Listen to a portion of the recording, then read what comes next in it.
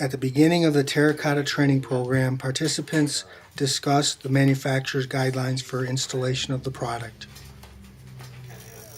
The terracotta glazing that was deteriorated from the surface of the units was removed with a chisel dancing technique using a pneumatic air hammer.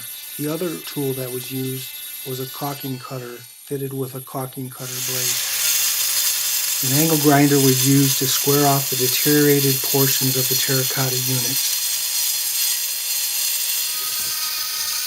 A die grinder unit was used to square off the corners using a glitter bit.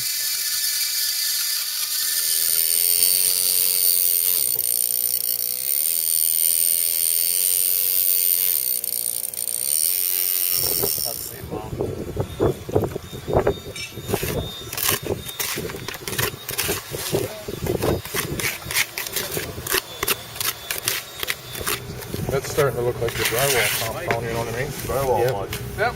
It's kind of how this stuff acts, even when you sand it. Extra wire spilling over already. We've got a temperature gauge. It's actually gauging the temperature of the unit. And, we're at around 45 degrees, between 45 and 50 degrees on the terracotta unit. So that's going to affect the set time of the material.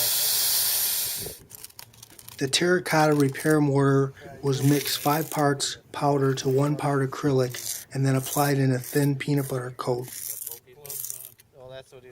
The second part of the mortar repair is the build-out coat. The build-out coat is actually where the material is applied in layers to the finished profile.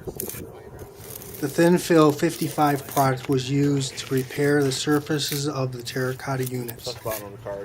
Hey Johnny, Need a little wider than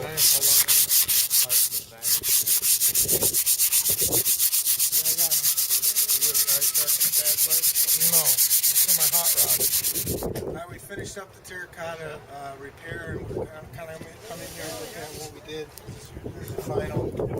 Here's the final thin coat that we put over, and we just finished sanding it so it fixed the spalls in the surface of the terracotta.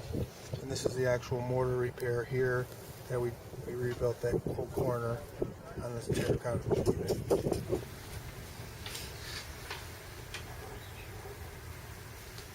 Each participant will return to the trailer where they took a written test, then received their hard hat stickers for the training component, terracotta repair. Position points where work starts and stops.